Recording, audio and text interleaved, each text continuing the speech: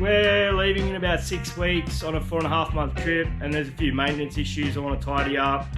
One being the bull bar was never really fitted quite level. The bloke that fitted it probably had too many beers at the time, i.e. myself and a couple of mates.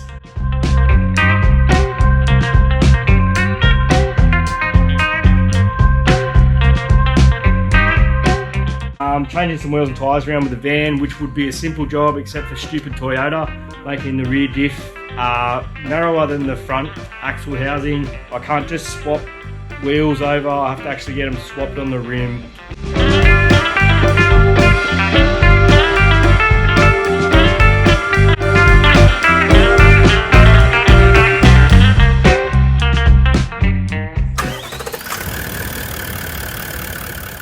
So we're leaving in about 6 weeks for a 4.5 month trip, and there's a few things, little maintenance things we need to do before we go. I'm going to take you along and show you what we need to do before we leave, and it might help you guys as well to think of a few things. They're maintenance related, they're also fixing a few things that and a few problems that I created myself. I've got 2 brand new tyres to put on the rear, those ones being 2 spares, the one off the car and one off the caravan. So the ute will be going in for a full service this week. Every oil is going to be changed in it, engine, diffs, transfer, gearbox. It has only got 26,000 Ks on it, but we plan on doing 26,000 Ks on the trip. And I'm just a big believer in a bit of preemptive maintenance. Could save you a lot of money down the road, and might save us being stranded. Oil's pretty cheap, getting stuck on the side of the road isn't. So it will be going into the shop for those few things. Wheel bearings on the Landcruiser have to be done. They're like a trailer bearing, a full floating setup obviously. So we will do those in the shop, and I do have some handy mates, one being a ex-Toyota mechanic, is still a mechanic today. And if I can talk him into being in the video with me, we'll give you guys a real insight of how to do it properly, not just, you know, I'm sure I could do it myself, but you probably wouldn't want to follow how I do it. There could be a lot more swearing, hitting and banging than if I get a professional to do it and then can show you guys how. So hopefully he'll join us in a video and we'll run through that as well. But let's do it. Righto, so the caravan spare will be one of the tyres going on the back of the Landcruiser. So this is a 0 offset spare. Back of the Landcruiser is -20 because of the track issue. So this is one of the tyres that will have to be actually changed on the rims. I'm only doing this because I've done 25,000 Ks and the rears on the Landcruiser are by far more worn than the other 8 tyres that we have on the caravan and the car. And if we're about to do 25,000 Ks, might as well put the brand new ones on the rear. They'll all wear evenly, and I'll get many kilometres out of all these sets of tyres because I can rotate them between the car and the caravan. So we'll rip this one off, we'll pull the spare out of the back of the ute, put some air in it, obviously because you can't fit it under the tray with maximum pressure. So it is a little bit of an ordeal, but there's always compromises. Let's do it. Righto. So as it turns out, this is the -20 that was on the caravan. So that one there will actually stay on the rim. That tyre's good to go, that rim's good to go on the back of the cruiser. The one in underneath the tray will obviously have to get changed on the rim itself. So obviously had a zero offset spare on the ute and a -20 on the van, which probably need to be changed over anyway. So we'll get that done and on to the next thing. Right, so this will now become my spare. It's a fair bit more worn than the new tyres, obviously done 25,000 Ks, and these things being relatively heavy. It's pretty heavy on the tyres. So I'm going to let this down to nearly nothing to get it back in under the tray. The fact this one's never been under there, it may help or it may hinder it. Being a bit worn, hopefully it goes in a bit easier than the old one because it was pretty snug. But we'll let the air out, we'll jam him back in, and then the rest can happen at the shop. And perfect, let's do it. Righto, will it fit? Yeah. Oh shit. Okay, that's still too tight. Yeah. More air. Less air rather. These are all the little weird things that happen when you modify a vehicle. If you had the standard size wheels and tyres, Going straight back in. Right, it feels a bit more pliable. This will be heaps of fun on the side of the road. 40 degrees. Anyway, price you pay. Oh shit. That's still really tight.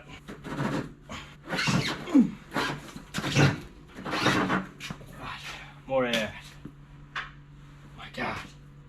When I said 5 psi, I think it's actually minus 5 psi. You got to suck the air out of it.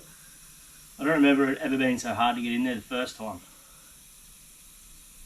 It will go in there though. Right. Here we go.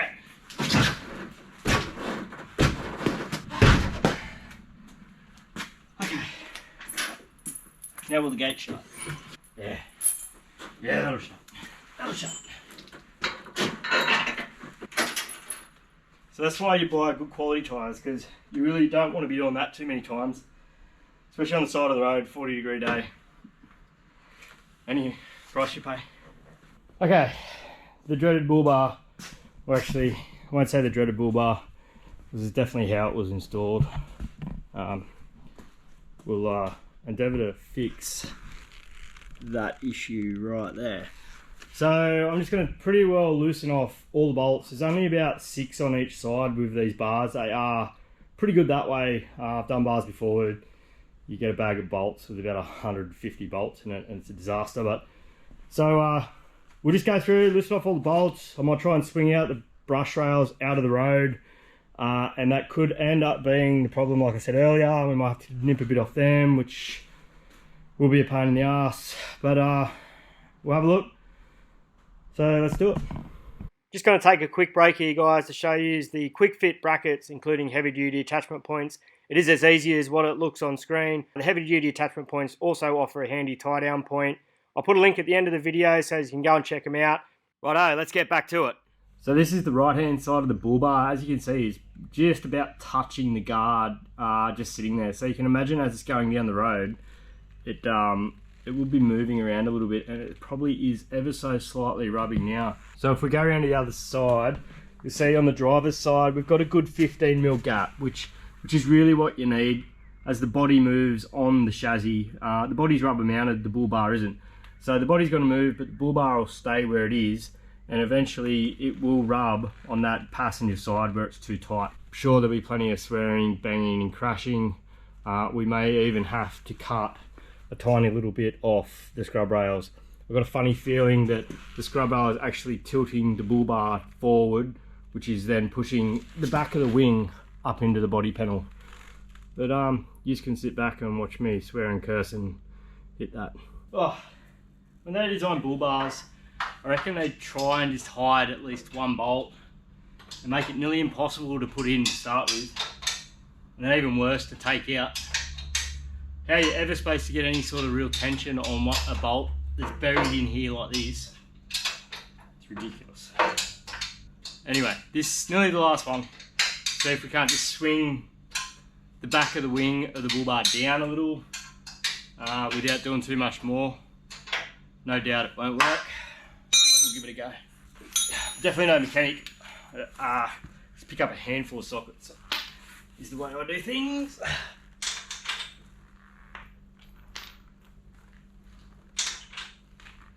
And none of them work. Winner. Okay, this should be the last bolt, but may also be the hardest.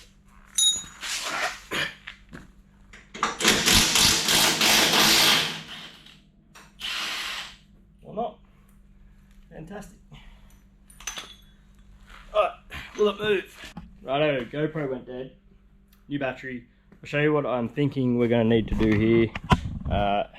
Whether it works, whether it's right. That's what I'm going to try. I've got this flat plate here, the bull bar bolts to. I'll try and wedge the bottom out. And even if I have to put a washer in between the bottom, there is bolts straight through the bar as well. So it's not going to affect the shear strength of how the bar's attached. Simply, if I can twist the bottom out, it will bring that wing panel down. So we'll give that a go, guys. And so there we go.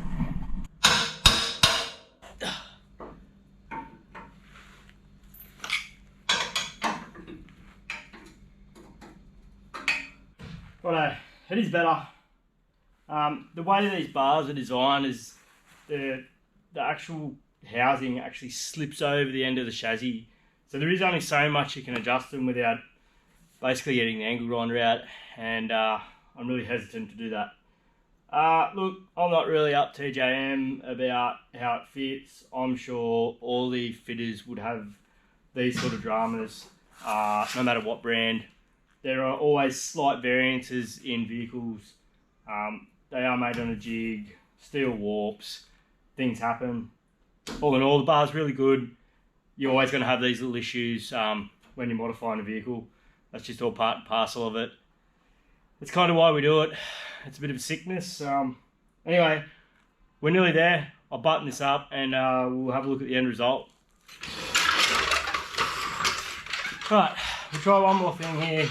Put the jack under the front edge of the bar, which seems counterintuitive, but if we can get it under the very front edge, it's bolted back further, so it might actually twist the bar up, pulling that wing down. So we'll give it one more crack before we tighten everything up. Right, it's really fighting me all the way. We've got the jack under the opposite side of the bar, and it is better. It definitely has moved. I think that's all we're going to really get. If it does come up and touch the cab at any time, it really will only be the flare. Haven't had really any trouble up until this point. The body rubbers must be fairly firm. It doesn't seem to move around too much. When you're looking ahead and you can see the bull bar, it really doesn't move around, say like a Hilux or a Prado. They got notoriously soft body mounts, which makes them ride really nice, but the cab and the body do move independently a lot more. Or rather, the chassis and the cab move independently a lot more than what these things seem to. So that might be enough. Cross fingers. So we'll tighten everything up, put it all back together, and on to the next item. It's better. It's not much better, but it's better. We'll have a look. Yeah, it is better. Or at least I'm going to tell myself that. Look, it's something for you guys to look out for. Can be a real issue if that bull bar bangs into that cab. It looks like I'll probably be the test dummy, and we're going to find out. Touch wood, I think it'll be okay. Going along with the trip maintenance and making sure you got all those little things you need to take. There's going to be specific things with specific vehicles. More so on the 79 series, as we've spoken about and everyone talks about on forums. One of them being the auto locking hubs, and the fact that you need a tool to actually go from auto to lock on the hubs, which in my eyes is pretty ridiculous. The reason I think that's ridiculous is if you don't think about this before you leave on the trip, or have not chucked something in your car already, to lock that hub in, you need to access the wheel brace, and you just won't. You won't pull up on the side of the track and go, oh, hang on, I've got to lock my auto hubs into lock to go forward driving. So when they're in auto, they're fine to do some light forward driving, but if you really need to call on low range and lockers and really give it some, that's how they break. They will smash them to bits in auto. You need to lock them. Once they're locked, they're probably just as strong as any other hub. But to do so, you need to access your wheel brace unless you've thought of it before you leave home. I got a socket out the other day, had a spare, some old socket sets, found a socket that fits, I went beauty, I got a piece of bar, weld it on, chuck it under the seat. I know it's always there when I need it. I found, however, in amongst all my old socket sets, was just an old bent Sid Chrome bar with a socket end on each end.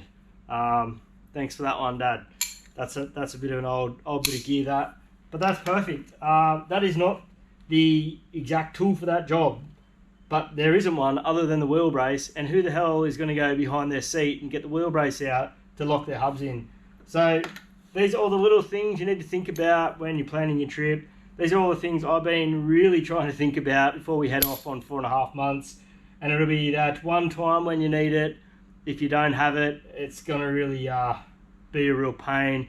and you take shortcuts and things will get broken. So another little hot tip, get yourself something to lock and unlock the hubs on the old 79 series. Another little oddity we love so much. So like I said before, it's going into get oils, filters. It is something I'd like to probably do myself. However, it is still under warranty, so we do need to do our logbook servicing if anything arises, and if Toyota will fix it if anything arises. I'll just keep ticking that box.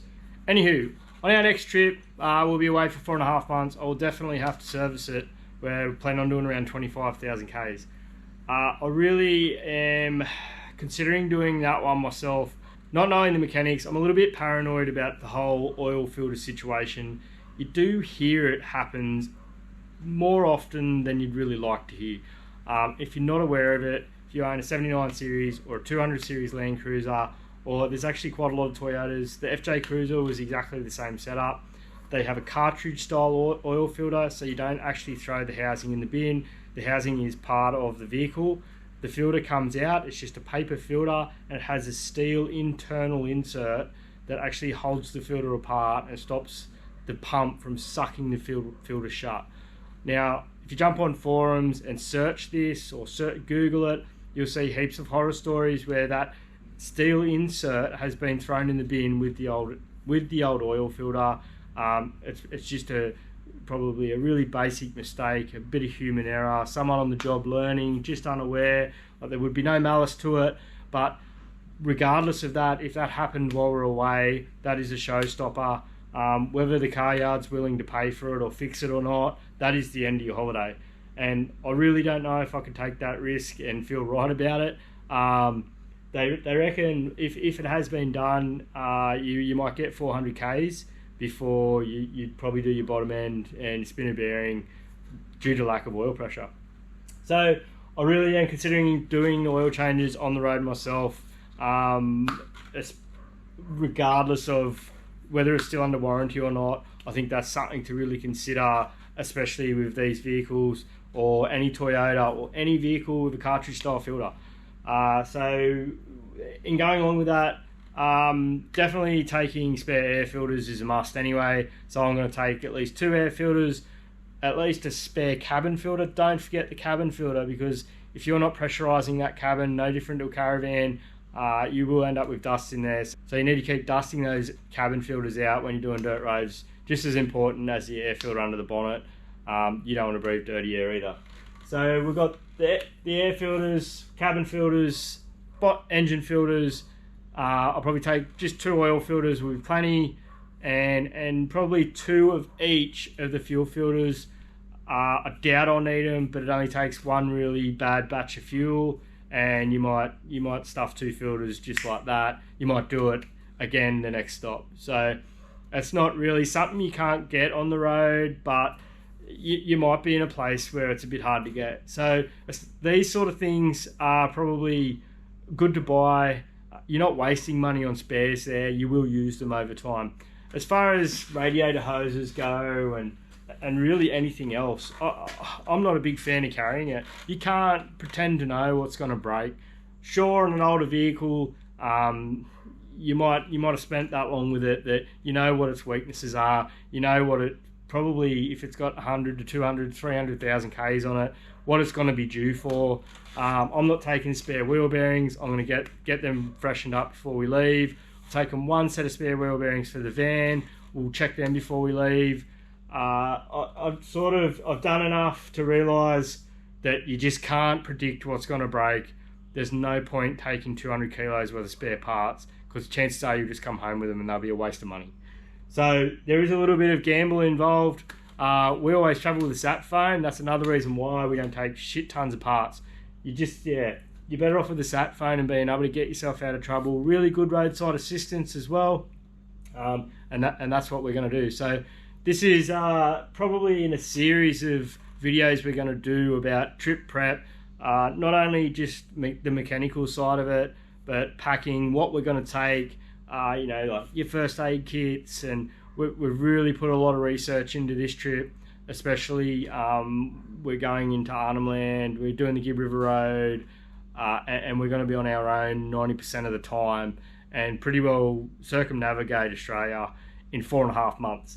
So it's going to be a challenge and stressful at times, but we're going to share the information with you guys. There's so many little things to think about before you leave that even we weren't aware of, and we've done it before.